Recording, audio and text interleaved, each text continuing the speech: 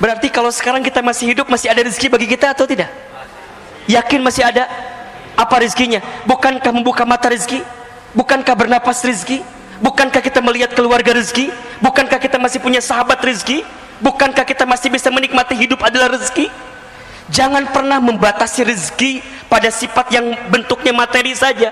Terlalu kecil, terlalu kerdil kalau kita membatasi rezeki pada bab yang sifatnya rupiah saja, yang pada sifat duitnya saja. Gaji terbatas, tapi rezeki Allah tidak terbatas. Gaji ada selipnya, tapi rezeki tidak ada selipnya. Bismillahirrahmanirrahim. Assalamualaikum warahmatullahi wabarakatuh. Subhanallahi wa bihamdihi, subhanallahil azim, adada khalqihi wa ridha nafsihi wa zinata arshihi wa midada kalimatihi. Asyhadu an la ilaha illallah wahdahu la syarikalah wa asyhadu anna Muhammadan abduhu wa rasuluh. Allahumma sholli ala sayyidina Muhammadin sallallahu alaihi wasallam. Dan tentu kita berharap kepada Allah, setiap hari yang kita jalani adalah hari-hari yang kita isi dalam kebaikan dan perbaikan. Maka orang beriman yang cerdas dalam hidupnya adalah dia yang paling banyak mempersiapkan bekal untuk kehidupan setelah kehidupan dunia ini. Rasulullah SAW pernah menyampaikan, satu kali Rasul pernah ditanya oleh seorang, "Ya Rasulullah, siapakah orang beriman yang paling utama hidupnya, yang paling mulia hidupnya?" Maka Rasulullah SAW kemudian menjawab, orang beriman yang paling mulia, yang paling utama hidupnya adalah ahsanuhum khuluqa, yang paling baik akhlaknya. Kemudian seseorang itu bertanya kembali, lantas siapakah orang beriman yang paling cerdas dalam hidupnya? Maka Rasulullah SAW kemudian menjawab, yang paling cerdas dalam hidupnya adalah dia yang paling banyak ingat mati dan mempersiapkan bekal kematiannya. Allahu Akbar. Bapak Ibu yang dirahmati Allah, dalam beberapa hari kebelakang, bulan kebelakang, kita banyak mendengar kabar saudara kita, sahabat kita, teman kita, tetangga kita yang sudah dipanggil usianya oleh Allah Subhanahu wa taala, baik karena wabah COVID-19 atau karena penyakit yang lain. Apa sebenarnya renungan yang bisa kita dapatkan? Tentu yang paling utama adalah membuat kita harus semakin ingat, merenung bahwa kita semua juga sama, tinggal menunggu detak-detik perjumpaan dengan kematiannya saja. Yang membedakan mereka yang sudah diambil usianya dengan kita adalah hanya waktu take off-nya saja, hanya waktunya saja. Beliau lebih duluan, nah kita barangkali belum diberikan kesempatan untuk itu. Hanya kita semua percaya bahwa kita semua pasti akan berjumpa dengan bab yang namanya kematian itu. Kullu nafsin dha'iqatul maut. Setiap yang bernafas, setiap yang berjiwa pasti akan meninggal, pasti akan mati. Maka ada 3 wasiat yang pernah disampaikan oleh malaikat Jibril alaihi salam kepada baginda Nabi Muhammad sallallahu alaihi wasallam, yang saya kira wasiat ini perlu kita renungi juga oleh kita sebagai umat Nabi sallallahu alaihi wasallam agar kita bisa menjalani hidup dengan tenang dan bahagia. Ahilman, apa wasiatnya? Ada 3. Yang pertama, kata Jibril, "Ya Muhammad, wahai Muhammad, ishma syi'ta fa innaka mayyitun." Hiduplah kamu sesuka kamu ingin hidup, silahkan. Tapi ingat, fa innaka mayyitun, kamu akan berjumpa dengan yang namanya kematian. Maka Bapak Ibu hadirin yang dirahmati Allah, setiap saat ketika kita masih diberikan kesempatan hidup di dunia oleh Allah, ingatlah bahwa kita pasti akan kembali kepada Allah. Inna lillahi wa inna ilaihi raji'un. Ya. Sehingga Apa yang kita mintakan kepada Allah selama kita hidup? Selama kita hidup, kita pengen bener hidup selamat di jalan Allah dan wafat dalam keadaan baik di jalan Allah. Kan doa yang sering kita bacakan itu kan, Allahumma inna nas'aluka salamatan fid din wa afiyatan fil jasad wa ziyadatan fil ilmi wa barakatan fil rizqi wa taubatan qabla al maut wa rahmatan indal maut wa maghfiratan ba'dal maut.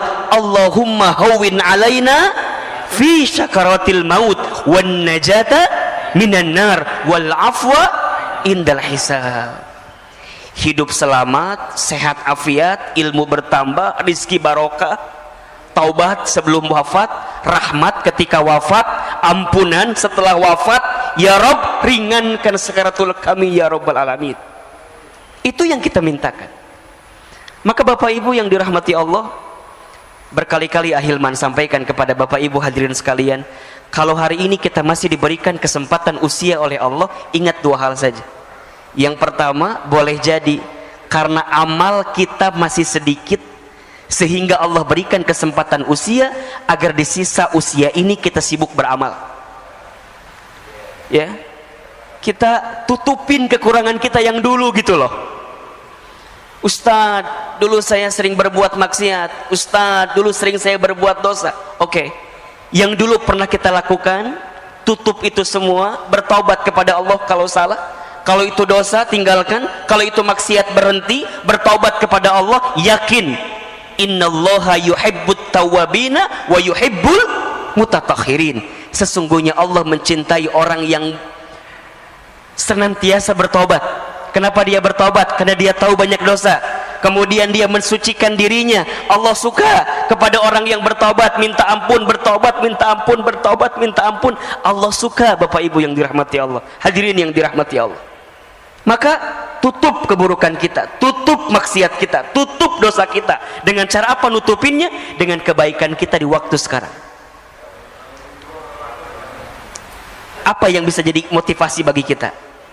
Bahwa kita semua pasti akan berjumpa dengan yang namanya kematian. Tidak ada nasihat yang paling luar biasa dalam kehidupan kita kecuali nasihat tentang zikrul maut, ingat kematian. Kita lagi futur, lagi down, lagi nggak semangat, Ustaz, lagi nggak semangat nih, ingat mati. Saat kita sedang istiqomah di jalan Allah, futur, kita lagi down, ingat kematian. Saat kita dakwah, kemudian kita menyerah, Ustaz, capek lah dakwah ini, udahlah biarin aja yang lain. Shh, ingat kematian. Nggak lama hidup di dunia ini, sebentar saja. Maka kalau kita masih diberikan kesempatan usia, ingat boleh jadi amal kita masih sedikit, sehingga kita isi dengan amal-amal kebaikan ke depan. Atau yang kedua, boleh jadi karena dosa kita masih banyak, sehingga di sisa usia ini Allah minta kepada kita untuk banyak minta ampun, bertobat kepada Allah Subhanahu wa ta'ala. Maka perintah Nabi jelas sekali kan, jelas sekali ya, bertakwalah kalian kepada Allah haitsuma kunta, dimanapun kalian berada. Kemudian wa'at bi'is sayyi'ata bil hasanati tamhuha, dan ikutkanlah keburukan dengan kebaikan, maka niscaya kebaikan yang kamu lakukan bisa menutupi keburukanmu di masa lalu. Dan hadirkanlah akhlak yang baik selama hidup dengan akhlak yang Allah sukai dan senangi dalam kehidupan ini. Makanya kalau orang yang dalam hidupnya masih sering mohon maaf, nyakitin orang gitu ya, ngomongin orang, nyinggung orang, zolimin orang, nipu orang, maka dia yang ingat dengan mati benar-benar akan hati-hati dengan apa yang dia lakukan dalam hidup. Kenapa? Karena setiap orang akan diwafatkan oleh Allah sesuai dengan kebiasaannya saat hidup di dunia. Jadi kalau Bapak Ibu hadirin ingin bertanya, Ahilman kira-kira bagaimana keadaan nanti saya setelah hidup di dunia ini? Simpel saja, lihat saja bagaimana kehidupan kita di dunia. Itu gambarannya, itu gambaran. Maka jangan pernah berhenti berbuat baik, karena kita tidak pernah tahu kebaikan mana yang akan menerangi alam kubur kita nantinya. Sederhana saja. Kalau bertemu orang senyum saja. Tabassumuka fi wajhi akhika shadaqatika. Senyummu di wajah saudaramu adalah sedekah. Ada seseorang yang ketika nanti dia kembali kepada Allah, ternyata kuburannya lapang, terang. Karena apa? Karena modal sedekah yang dihadirkan. Apa sedekahnya? Hanya dengan sekedar dia begitu menebar senyuman bagi semua orang. Bukankah kata Nabi, di antara amalan yang paling disukai oleh Allah salah satunya adalah sururun tudkhilhu 'alan nas, menempatkan kebahagiaan di hati orang lain. Jadi saat kita membahagiakan bagi orang, itu sudah jadi amal yang Allah sukai juga. Ya syukur-syukur kalau agak lebih gitulah, nggak hanya senyum gitu ya. Senyum plus transferannya gitu. Nah itu lebih keren banget itu. Karena begitu banyak orang yang sudah kembali kepada Allah, hari ini mereka minta dibangkitkan kembali, minta dihidupkan kembali. Apa permintaannya? Fa'asaddaqa wa akun minas solihin. Ya Rabb, jangan engkau wafatkan kami dan engkau hidupkan kami sebentar saja, maka aku akan menjadi ahli sedekah dan akan menjadi orang yang soleh. Maka nasihat pertama, wasiat pertama, ishma syi'ta fa innaka mayyitun. Hiduplah kamu sesuka kamu ingin hidup, tapi ingat kamu akan berjumpa dengan yang namanya kematian. Wasiat yang kedua, ya Muhammad, kata Jibril alaihi salam, wa ahbib man syi'ta fa innaka mufarriquh. Cintailah siapapun orang yang kamu cintai, silahkan, tapi ingat kamu akan berpisah dengan orang yang kamu cintai itu. Hari ini ayah, bunda mencintai anak-anak gitu. Tapi ingat, sebesar apapun cinta kita kepada keluarga kita, akan ada satu masa, satu waktu kita berpisah dengan anak-anak yang kita cintai itu. Seorang suami mencintai istrinya, istri mencintai suaminya, silahkan. Tapi harus siapkan space di hati kita, bahwa suatu saat pasti kita akan berpisah dengan orang-orang yang kita cintai itu. Barangkali ini pesan untuk kita yang boleh jadi dalam beberapa waktu ke belakang kehilangan seseorang yang kita cintai gitu. Ada seorang anak yang kehilangan orang tuanya, ada orang tua yang kehilangan anaknya, ada istri yang kehilangan suaminya, ada suami yang kehilangan istrinya, ada kita yang kehilangan sahabat, saudara yang kita cintai. Sikap terbaik adalah terima keadaan itu. Dan yang kedua, siapkan bekal terbaik agar kita bisa berkumpul kembali dengan orang yang kita cintai itu. Maka doakanlah orang-orang yang sudah kembali kepada Allah, karena mereka sungguh menanti doa-doa dari kita yang masih hidup ya. Doa-doa dari kita yang masih hidup sangat menanti, sangat menunggu. Tapi kan Ustadz, gitu kan, kadang ada bahasa tapi gitu. Saya tuh lah, kalau nggak ada suami saya, kalau nggak ada ayah saya, kalau nggak ada ibu saya, gimana kehidupan saya dan segala macamnya. Ya, yakin saja, Allah selalu lebih tahu mana yang terbaik dibanding kita. Mungkin untuk kita pengennya beliau-beliau tuh masih ada gitu. Tapi ingat, catatan takdir Allah itu lebih baik daripada apa yang kita ketahui selama ini. Wa asa an takrahu syai'an wa huwa khairul lakum wa asa an tuhibbu syai'an wa huwa syarrul lakum wallahu ya'lamu wa antum la ta'lamun. Boleh jadi kamu membenci sesuatu padahal itu baik bagimu. Boleh jadi kamu menyukai sesuatu padahal itu buruk bagimu. Allah lebih tahu sedangkan kamu tidak mengetahuinya. Maka sikap pertama adalah terima bahwa kita pasti akan berpisah dengan orang yang kita cintai itu. So simpelnya, sederhananya, pesannya, ayah bunda, bapak ibu, jamaah, kalau hari ini kita masih bersama dengan orang yang kita cintai, maka cintailah mereka dengan sepenuh hati, dengan sepenuh cinta, karena kita akan merasakan kehilangan yang paling dalam ketika kita benar-benar kehilangan orang yang kita cintai itu. Maka belajarlah dari sekarang, para suami, para istri, belajarlah mencintai pasangan dengan sempurna, dengan sepenuh hati, dengan sepenuh cinta. Siapkan bekal terbaik bersama, agar ketika nanti kita berpisah di dunia, Allah kumpulkan kembali kita nanti di surganya Allah subhanahu wa ta'ala. Itu permintaan kita. Saya ditinggal orang tua saya ketika saya kecil. Sedih pasti, gelisah iya. Terus apa yang saya lakukan? Hari ini apa yang kita hadirkan? Kita berdakwah, kita belajar, kita menuntut ilmu, kita menyampaikan apa yang kita dapatkan dari guru-guru kita.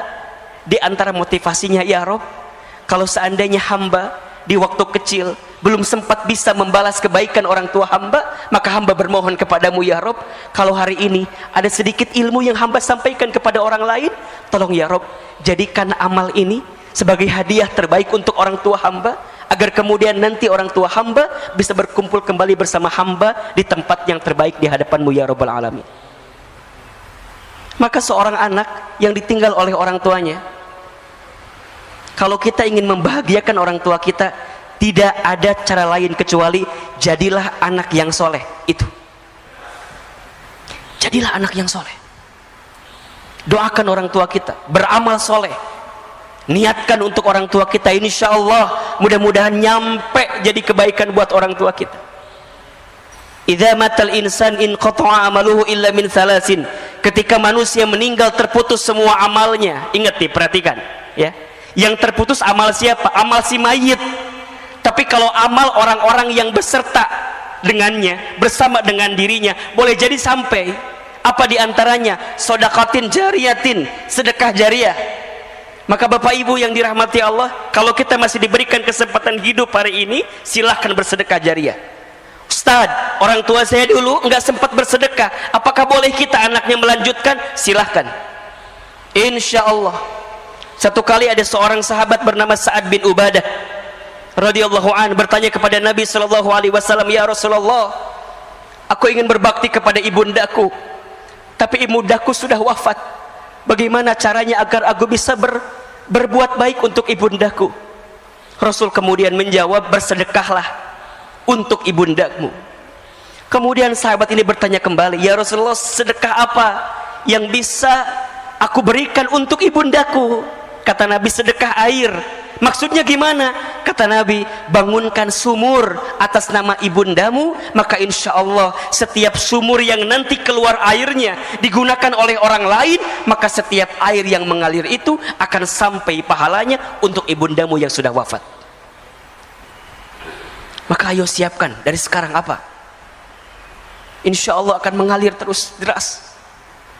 Kalau ada orang tuanya yang sudah wafat, coba tengok, kalau masih ada hartanya yang sekiranya bisa kita sedekahkan kepada kepentingan umat, keluarkan. Baik itu masjidnya kah, baik itu fasilitas yang ada di masjidnya kah, karpetnya, AC-nya, kipas anginnya, gentengnya, lantainya, semua niatkan. Insya Allah itu jadi kebahagiaan buat orang tua kita yang sudah kembali kepada Allah. Aw ilmin yuntafa'uh bih, ilmu yang diamalkan tidak akan pernah terputus. Sampai yang ketiga, waladin solihin yad'ulah, anak soleh yang mendoakan. Ketika memaknai anak soleh yang mendoakan ini, tidak terbatas pada anak kandung. Kalau anak kandung kalimatnya ibnin, tapi di sini waladin. Waladin itu berarti anak manusia. Siapa saja mereka? Siapa saja, selama mereka itu soleh, kemudian mendoakan si mayit tadi, maka insya Allah doanya akan sampai. Kalau ada seorang dosen misalnya, saya dosen, saya punya mahasiswa misalnya, kemudian saya kembali kepada Allah, mahasiswa saya soleh, mereka mendoakan saya, maka insya Allah doanya sampai. Itulah waladin solihin. Kalau ada seorang bos, seorang atasan, punya karyawan, kemudian atasan ini kembali kepada Allah, wafat, karyawannya soleh, kemudian karyawannya mendoakan bagi si bos yang tadi meninggal, maka doanya sampai. Apa syaratnya? Satu, soleh. Dua, doakan. Pesannya apa? Selama kita hidup, selama itulah kita harus memperbanyak teman dan sahabat yang soleh. Agar apa? Agar saat kita kembali kepada Allah, ada yang mendoakan kita dengan kesolehan dan kebaikan. Sekarang coba evaluasi. Cek kontak handphone kita, cek grup WhatsApp kita, cek teman sosial media kita. Apakah banyak di antara mereka yang soleh, yang kelak kalau kita kembali kepada Allah mereka mendoakan kita? Bapak Ibu, saya itu dalam beberapa hari kebelakang tuh banyak merenung begini. Ya Rob, kalau seandainya usia saya sampai hari ini, apakah akan ada ya orang yang mendoakan saya atau tidak?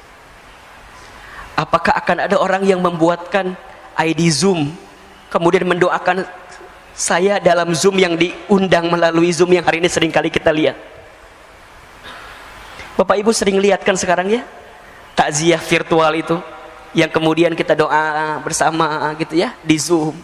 Sekarang pertanyaannya adalah, kalau Bapak Ibu yang kembali kepada Allah, apakah akan ada orang yang mendoakan itu? Apakah akan ada orang yang join bersama Zoom yang diundang oleh keluarga kita atau tidak? Coba renungi ini. Coba renungi ini. Maka kita semua pasti akan berpisah Bapak Ibu. Selama kita hari ini masih bersama, ayo kita isi kebersamaan dengan kebaikan dan perbaikan ini. Gak boleh ada lagi iri, dengki, hasut, hasad. Gak boleh lagi, berhenti. Mau sampai kapan? Gak lama kok hidup kita di dunia ini, sebentar saja. Kalau ada orang yang pernah menyakiti kita, maafkan. Mau sampai kapan kita mendendam rasa kepada orang yang pernah menyakiti kita? Belajar memaafkan saja. Belajar hidup dengan mencintai satu sama lain. Kalau ada orang yang berbeda paham, selisih paham, berbeda pendapat, ya sudah, cukup pada berbeda pendapat saja. Tapi jangan dimasukkan ke dalam hati, bahkan sampai muncul sifat benci di hati kita. Jangan. Sifat benci kepada orang lain yang kita tanam itu, itulah yang menjauhkan kita dari rahmat Allah Subhanahu wa ta'ala. Maka case close, bersih, selesai. Berpisah sebentar lagi kita. Maka ayo berdamai. Yang sering berantem, yang masih berantem, ya, berdamai, selesailah. Kita akan berpisah kok sebentar lagi. Yang ketiga wasiatnya, kata Jibril alaihissalam, ya Muhammad, wa'mal ma syi'ta fa innaka mazyun bih. Wahai Muhammad, lakukan saja apa yang ingin kamu lakukan, perbuat saja apa yang ingin kamu perbuat, tapi ingat, mazyun bih, kamu akan diminta pertanggungjawaban dari apa yang kamu lakukan. Apa yang perlu kita sadari? Banyak. Satu, sadar kalau kita hamba Allah yang sangat lemah. La haula wa la quwata illa billah. Apa yang kita sombongkan dalam hidup ternyata tidak ada yang pantas kita sombongkan, karena hakikatnya kita adalah manusia yang lemah. Yang kedua, Allah pengen kita sadar, boleh jadi selama ini banyak dosa-dosa yang pernah kita lakukan, banyak maksiat yang pernah kita kerjakan, sehingga kita harus sadar diri betul bahwa kita harus segera bertaubat kepada Allah. Akui kalau kita zolim, akui kalau kita salah. Bukankah sifat pengakuan diri terhadap kesalahan itu adalah sesuatu yang sangat disukai oleh Allah dalam diri kita? Ketika Nabi Adam alaihi salam itu dikeluarkan dari surga karena berbuat sesuatu yang dibenci oleh Allah, apa yang Nabi Adam melakukan? Berdoa dengan mengakui kesalahannya. Rabbana dzalamna anfusana wa illam taghfir lana wa tarhamna lanakunanna minal khasirin. Rabbana dzalamna, ya Rabb, dzalamna, kami zalim. Akui salah. Ketika Nabi Yunus terlockdown di perutnya ikan paus, apa yang Nabi Yunus lakukan? Berdoa. Doanya apa? Pengakuan tentang kesalahan, tentang kekurangan. Diabadikan juga dalam Al-Quran. La ilaha illa anta Subhanaka inni kuntu minadz zalimin. La ilaha illa anta, tiada Tuhan selain Engkau ya Allah. Subhanaka, maha suci Engkau. Inni, sesungguhnya aku, kuntu minadz zalimin, aku berada dalam golongan orang-orang yang zalim, salah. Akui kalau kita banyak dosa, akui kalau kita banyak salah, sadar diri. Wa ma asabakum min musibatin fabima kasabat aydikum wa ya'fu an katsir. Dalam surat Asy-Syura ayat 30 Allah sampaikan, dan apa-apa musibah yang menimpa kamu sekalian itu disebabkan oleh apa? Oleh ulah perilaku tangan kamu sekalian. Tuh. Berarti apa Ustaz? Kita banyak dosa? Iya, banyak salah. Siapa yang paling banyak dosanya? Saya. Gitu. Siapa yang paling banyak dosa? Siapa yang paling banyak dosa? Siapa yang paling banyak dosa? Saya. Jangan sibuk dengan aib orang, jangan sibuk dengan dosa orang lain, sibuklah dengan dosa kita karena kita banyak dosa. Terus gimana Ustadz? Ya, walaupun kita banyak dosa, kita yakin Allah Maha Pengampun, kan itu. Maka apa yang ketiga? Sadar diri bahwa tidak ada yang bisa menolong kita kecuali siapa? Allah. Itu. Di tengah kondisi ujian ini Allah pengen kita makin berserah kepada Allah, makin yakin ke Allah, makin bersandar ke Allah. Jangan-jangan selama ini kita jauh dari Allah. Akui kita lemah, akui kita banyak dosa. Yang ketiga, akui, sadar kalau kita butuh pertolongan Allah Subhanahu wa ta'ala, karena tidak ada yang bisa menolong kita kecuali Allah. Hasbunallah wa ni'mal wakil, ni'mal maula wa ni'man nasir. Itu ada satu doa, ini bagus sekali, doa yang dibacakan oleh Nabi Musa alaihissalam ketika menyeberangi lautan bersama Bani Israel. Boleh Bapak Ibu amalkan doa ini ya. Hafal nggak doanya? Pernah dengar belum kira-kira ya? Doanya, Allahumma lakal hamdu wa ilaikal mustaka wa antal musta'an wa la hawla wa la quwwata illa billahil aliyyil azim. Coba saya sekali, Bapak Ibu sekali. Allahumma lakal hamdu wa ilaikal mustaka wa antal musta'an wala haula wala quwwata illa billahil aliyyil azim. Ini doanya, doa ketika Nabi Musa menyeberangi lautan bersama Bani Israel. Jadi bahasanya lagi mepet nih, lagi himpit kan, di depan lautan, di belakang pasukan Firaun, ya kan? Mikirnya ke depan udah pasti kecebur ke laut, kalau balik ke belakang ditangkap oleh Firaun. Bingung kan apa yang terjadi? Maka keluarlah doa yang tadi, Allahumma ya Allah, lakal hamdu, hanya untukmu segala pujian ya Rabb, wa ilaikal mustaka, dan hanya kepadamu lah aku mengadu ya Rabb, gitu. Hanya kepadamu lah aku curhat, hanya kepadamu lah aku menggelisahkan urusanku, masalahku, kesulitanku, persoalanku, bebanku. Wa ilaikal mustaka, hanya kepadamu ya Allah, mustaka, ishtaka ya Rabb, aku ngadu, aku ngeluh ya Rabb. Bapak Ibu, ngeluh tuh boleh apa enggak? Boleh, asalkan ngeluhnya sama siapa? Punten. Ngeluh sama Allah boleh, berarti doa. Yang tidak boleh adalah ngeluh kepada manusia. Kalau kita ngeluh kepada manusia, berarti kita tidak ridho dengan apa yang Allah berikan, dan kita tidak bersandar kepada Allah. Ngeluh Ustaz, wa ilaikal mustaka, kepada Allah. Kenapa harus kepada Allah? Apa kata Nabi Musa? Wa antal musta'an ya Rabb, karena hanya Engkau yang bisa menolong kami ya Rabb. Ya Rabb. Yang bisa nolong kita siapa? Allah. Wala haula wala quwata illa billah. Sungguh tidak ada daya upaya, tidak ada kemampuan kecuali Engkau ya Rabb yang memberikan kemampuan kepada kami. Maka hari ini Bapak Ibu yang dirahmati Allah Subhanahu wa taala, kita diajarkan untuk benar-benar bersandar kepada Allah. Hati-hati. Hati-hati ya. Jangan bersandar kepada selain Allah.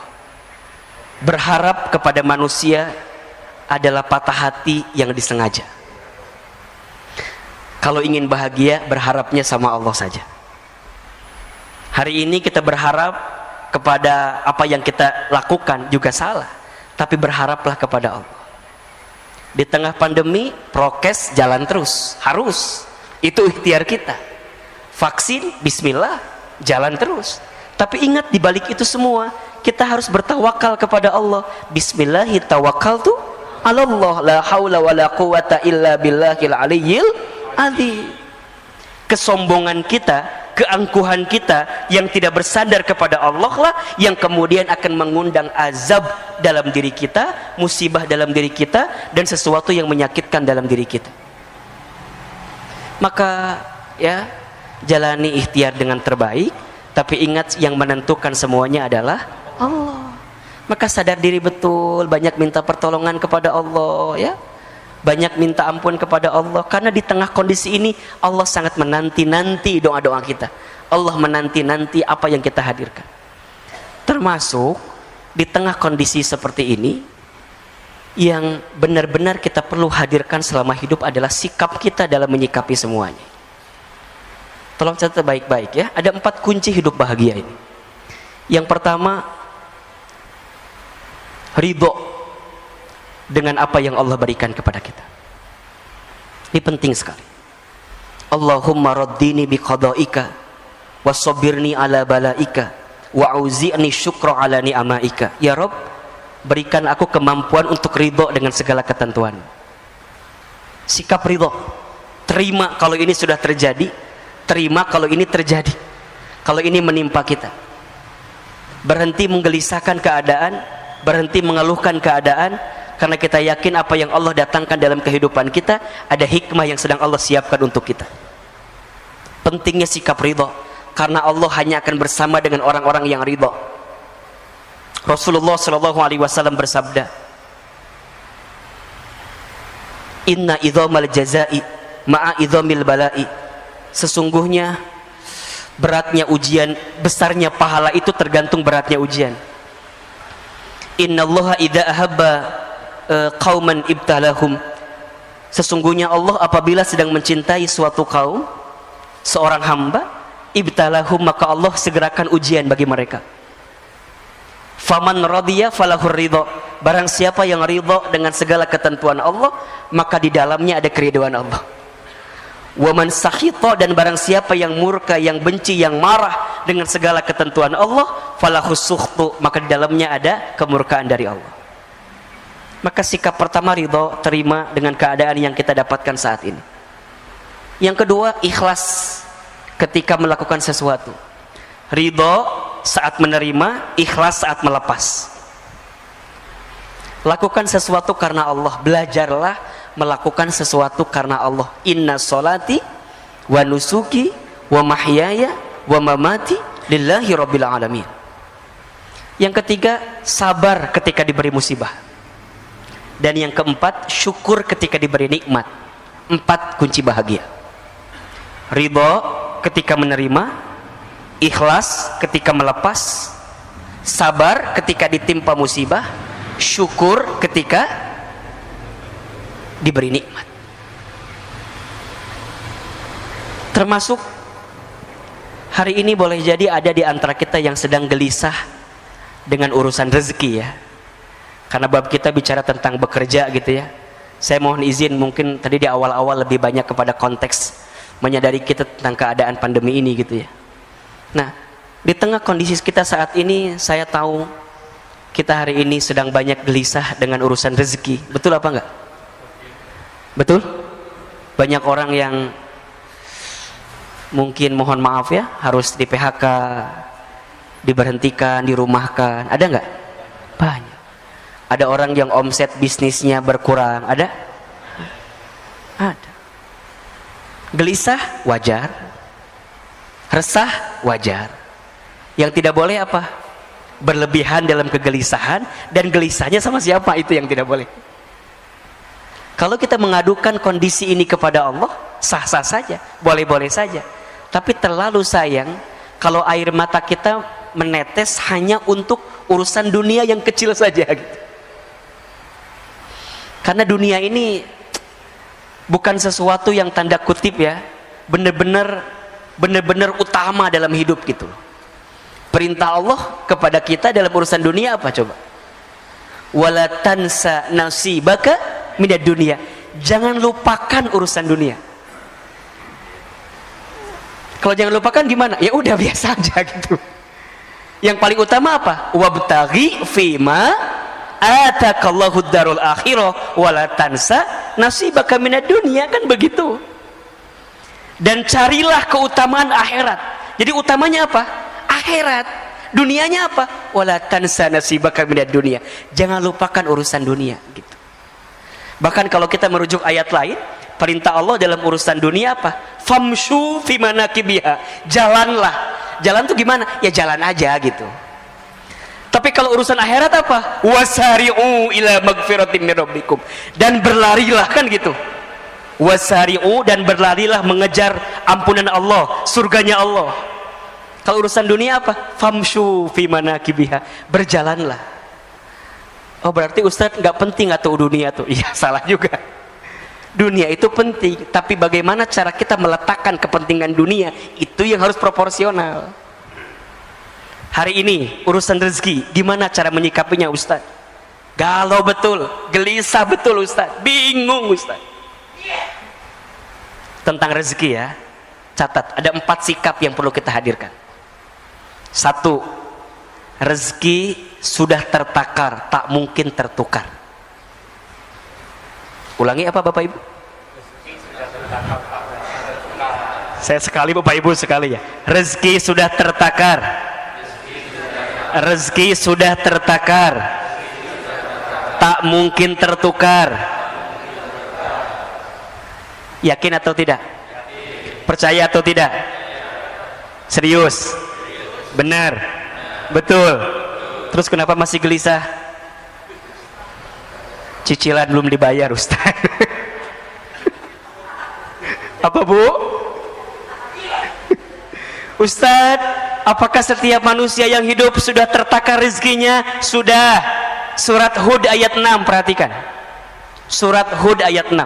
Ini ayat yang kalau saya lagi gelisah urusan rezeki, Bapak Ibu, Ahilman juga sering gelisah urusan rezeki. Manusia biasa. Kalau saya sedang gelisah, saya buka ayat ini. Ya. Apa kata Allah? A'udzubillahi minasyaitonirrajim. Bismillahirrahmanirrahim. Wa ma min dabbatin fil ardi illa 'alallahi rizquha. Tuh. Wa ma min dabbatin, dan tidak ada makhluk yang melata hidup fil ardi, di muka bumi. Jadi bahasa gampangnya, makhluk yang melata aja gitu. Makhluk yang melata aja gitu. Apalagi kita yang tidak melata.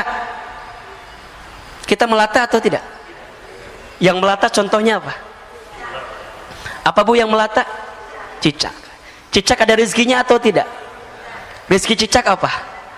Nyamuk. Nyamuknya datang sendiri atau cicak yang nyamperin nyamuk?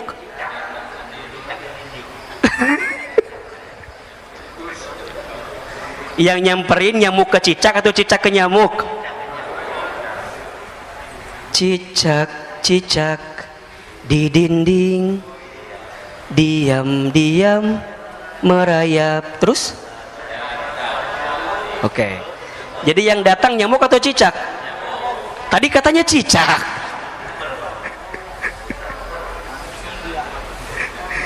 Tidak usah memperdebatkan nyanyian itulah ya. Bapak Ibu, ini banyak orang yang lupa tuh. Ada konteks yang pertamanya apa? Cicak di mana kerjanya? Kantor cucak di mana? Di dinding. Ya. Apa kerjaan cucak? Diam-diam merayap. Ini ada diam-diam merayap. Itu ikhtiar atau bukan? Itu usaha atau bukan? Ya. Ya, betul nggak? Ya, konteksnya sebelum ke sana nih. Nanti itu akan ada pada sikap kedua. Sikap pertamanya, illa 'alallahi rizquha, dan setiap manusia yang hidup, makhluk yang hidup, bahkan yang melata pun 'alallahi rizquha, dijamin oleh Allah rizkinya. Maka kalau hari ini ayah, bunda, bapak, ibu, kita semua jamaah yang hadir masih diberikan kesempatan hidup oleh Allah, maka di saat yang bersamaan Allah masih menyiapkan jatah rezeki untuk kita. Kalau hari ini kita masih bangun dari tidur kita, masih membuka mata kita, masih menghembuskan nafas kita, maka di saat yang bersamaan tolong catat baik-baik, masih ada jatah rezeki untuk kita. Karena seseorang tidak akan pernah diwafatkan oleh Allah sebelum habis jatah rezekinya. Berarti kalau sekarang kita masih hidup, masih ada rezeki bagi kita atau tidak? Yakin masih ada? Apa rezekinya? Bukankah membuka mata rezeki? Bukankah bernapas rezeki? Bukankah kita melihat keluarga rezeki? Bukankah kita masih punya sahabat rezeki? Bukankah kita masih bisa menikmati hidup adalah rezeki? Jangan pernah membatasi rezeki pada sifat yang bentuknya materi saja. Terlalu kecil, terlalu kerdil kalau kita membatasi rezeki pada bab yang sifatnya rupiah saja, yang pada sifat duitnya saja. Gaji terbatas, tapi rezeki Allah tidak terbatas. Gaji ada selipnya, tapi rezeki tidak ada selipnya. Gaji ada tanggal bulannya, tapi rezeki tidak ada tanggal bulannya. Setuju atau tidak? Yakin? Paham? Jadi kalau hari ini kita masih hidup, masih ada rezeki atau tidak? Tuh, kenapa insya Allah jawabannya?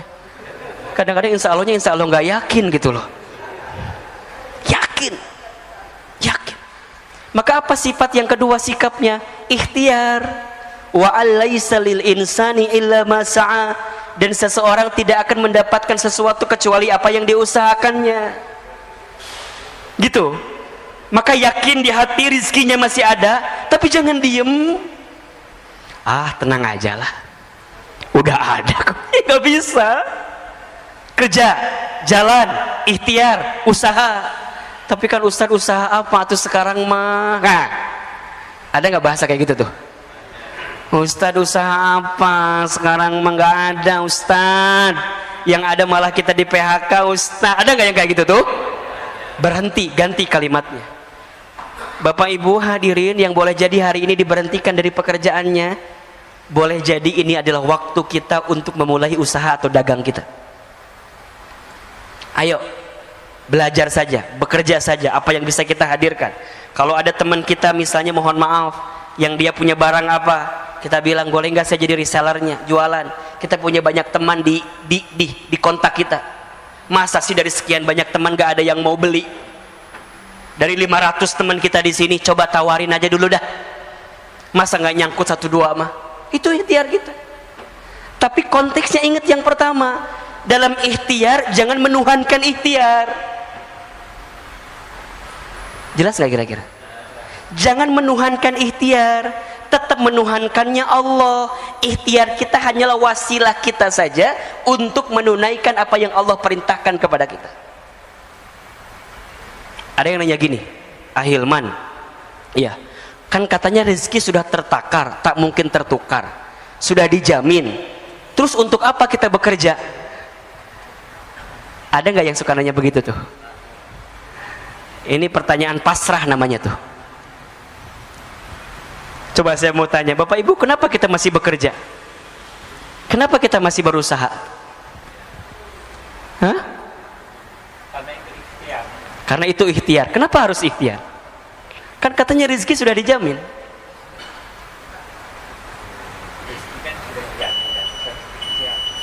Oke, kalau Bapak Ibu belum bisa menjawab ini, berarti selama ini kita masih menuhankan ikhtiar kita. Cukup sampai sini kajian kita? Atau lanjut? Tunggu sebentar ya. Gini, Bapak Ibu, ikhtiar, usaha, dagang, kerja itu adalah bagian kewajiban kita untuk memenuhi perintah Allah dalam kehidupan kita. Itu jelas? Bekerja, berikhtiar, berusaha itu adalah bentuk pemenuhan kewajiban kita kepada Allah atas perintah Allah kepada kita. Allah memerintahkan kita untuk bekerja, Allah memerintahkan kita untuk berikhtiar, Allah memerintahkan kita untuk berusaha, gitu. Tapi Allah tidak minta kita menentukan hasilnya, karena hasilnya Allah yang sudah menakarnya. Betul?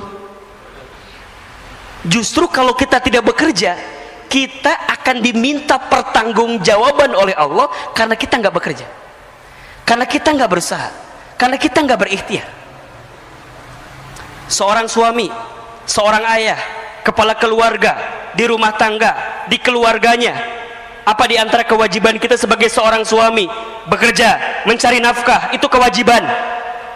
Berarti kalau kita tidak bekerja, tidak mencari nafkah, kelak kita akan dihisab oleh Allah Subhanahu wa taala. Hei Hilman, misalnya, kamu jadi suami, kamu jadi ayah, kamu nggak bekerja, kamu nggak mencari nafkah, kamu nggak berusaha, kamu ngapain aja? Itu yang akan ditanya. Jadi hari ini kita bekerja, hari ini kita berusaha adalah bentuk pemenuhan kewajiban kita kepada Allah. Ya Rob, hamba bekerja, hamba berikhtiar, tapi hamba yakin ya Rob, hasilnya Engkau yang menentukan segalanya. Maka disinilah harus ada sikap yang benar-benar confirm gitu loh. Rizki Allah yang jamin, kita hanya berikhtiar menjalankannya. Nah, tinggal nanti yang ketiga, ikhtiar yang seperti apa yang Allah sukai, kan begitu. Ikhtiarnya adalah ikhtiar yang tidak membuat kita jauh dari Allah. Ikhtiar apa? Ikhtiar dengan kekuatan takwa kepada Allah. Maka dalam dia ikhtiar, apa yang dia perhatikan? Bukan banyak sedikitnya harta yang dia dapatkan, bukan. Apa yang dia pikirkan? Halal haramnya, berkah tidaknya, surga nerakanya, baik tidaknya, itu yang dia pikirkan. Bukan banyak sedikit, tapi yang dia pikirkan, ini berkah nggak ya? Ini halal tidak ya? Itu jadi pertimbangan betul. Kenapa? Karena bekerja yang dihiasi dengan ketakwaan kepada Allah, maka itulah yang akan mengantarkan keberkahan dalam hidupnya. Wa may yattaqillah yaj'al lahu makhraja wa yarzuqhu min haitsu la yahtasib. Dan barang siapa yang bertakwa kepada Allah, dalam bekerjanya ada ketakwaan kepada Allah. Satu, dia tidak meninggalkan perintah Allah, tahu betul mana prioritasnya. Ketika datang panggilan azan, panggilan sholat, kemudian dia berhenti sejenak, tunaikan perintah Allah. Ketika memilah-milih pekerjaan, maka dia pilih-pilih benar-benar pekerjaannya. Bukan hanya gajinya besar atau kecil, bukan. Tapi ini berkah nggak ya? Ini halal nggak ya? Ustadz, apa itu ukuran berkah? Dua ukuran berkah itu. Satu, berkah itu kan maknanya ziyadatul khair ya, bertambahnya kebaikan. Ada dua indikatornya. Satu, bertambah ketaatan kita kepada Allah. Yang kedua, bertambah manfaat kita kepada manusia. Nah, itu berkah tuh. Jadi kalau hari ini Bapak Ibu ingin mengukur apakah pekerjaan saya berkah, apakah harta saya berkah, lihat dua hal tadi. Satu, apakah membuat kita makin dekat dan taat ke Allah atau tidak. Kalau dengan pekerjaan ini malah kita malah jauh dari Allah, melakukan semua yang Allah larang, malah di dalamnya mohon maaf ada dosa, ada maksiat, nggak berkah sebanyak apapun yang kita dapatkan. Dan yang kedua, bermanfaat bagi manusia yang lain. Tinggal yang keempat, nanti hasilnya apa? Kita serahkan hasilnya kepada Allah. Yakin rezeki dijamin oleh Allah. Dua, ikhtiar sebagai bentuk kewajiban kita atas perintah dari Allah. Yang tawakal itu adanya di awal, di tengah, atau di akhir? Di mana? Di semuanya. Tawakal sebelum ikhtiar. Apa contohnya? Apa? doa, ya kan? Niatnya benar. Hari ini kita sholat subuh, sebelumnya sholat tahajud. Ini tawakal sebelum ikhtiar kita gitu loh. Datangi Allah, ketuk pintu langitnya, angkat kedua telapak tangan, munajat kepada Allah, minta sama Allah. Kadang-kadang fokus kita lebih sibuk kepada pekerjaan kita, tapi kita nggak ngetuk pintunya Allah sebelum kita bekerja. Kita ini kadang-kadang kalau ketinggalan kereta, sibuknya minta ampun. Tapi kita lupa ini untuk menengadahkan tangan, untuk bermohon kepada Allah dengan urusan-urusan dunia kita agar Allah menuntun kita. Maka ada tawakal sebelum ikhtiar. Bagaimana caranya? Datangi Allah, bangun di sepertiga malam, sholat tahajud, munajat, zikir, doa, muhasabah, nangis di hadapan Allah. Mohon maaf, kalau kita menginginkan sesuatu tapi masih belum terbukti dengan sholat tahajud kita, berarti kita masih belum serius, belum bersungguh-sungguh menginginkan sesuatu yang kita mintakan kepada Allah. Maka hari ini Bapak Ibu, sahabat saya yang sedang sulit urusan dunianya, urusan rezekinya, ayo bangun di sepertiga malam, minta sama Allah. Nangis kalau bisa. Bukankah waktu sepertiga malam itu adalah waktu yang sangat istimewa? Janji Allah kepada kita surat Al-Isra 79. Wa minal laili fatahajjad bihi nafilatan laka asa ayyab'asaka rabbuka maqaman mahmuda. Dan di waktu malam fatahajjad bihi, bangunlah kamu. Untuk apa? Dirikan salat tahajud nafilatan laka, sebagai tambahan untuk dirimu. Apa yang Allah janjikan kepada kita? Asa ayyab'asaka rabbuka maqaman mahmuda. Maka niscaya Allah akan angkat derajat hidupmu maqaman mahmuda, ke tempat yang mulia. Ayo bangun, bangun. Ini bagian ikhtiar kita tawakal kepada Allah. Kemudian sholat 2 rakaat sebelum subuh. Bukankah kita tahu pesan dari Nabi SAW, barang siapa yang menunaikan sholat 2 rakaat sebelum waktu subuh, maka sama dengan dia mendapatkan pahala seperti mendapatkan apa? Dunia beserta isinya. Itu baru sholat sunnahnya 2 rakaat sebelum subuh. Gimana sholat subuhnya? Gitu cara membacanya. Kadang-kadang kita mah, Ustadz, berarti cukup atau Ustadz ya 2 rakaat sebelum subuh, subuhnya nggak sholat? Salah ini. Sebelum subuhnya aja udah dapat dunia beserta isinya, apalagi sholat subuhnya. Apa yang dia dapatkan? Dunia, akhirat, semua.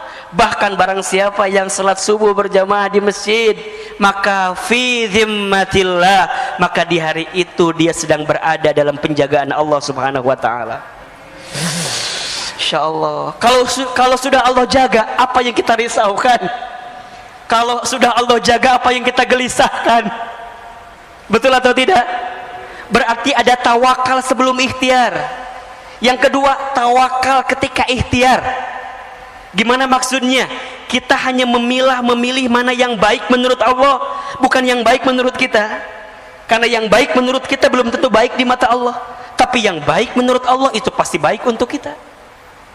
Maka benar-benar dia pertimbangkan, ini baik nggak ya? Ini enggak ya? Ini halal nggak ya? Ini haram nggak ya? Itu tawakal kepada Allah. Dan dia tidak meninggalkan kewajibannya kepada Allah. Termasuk kewajiban kita kepada Allah adalah ikhtiar dan usaha kita. Sampai yang ketiga, tawakal ba'da ikhtiar. Tawakal setelah ikhtiar. Kita serahkan hasilnya kepada Allah.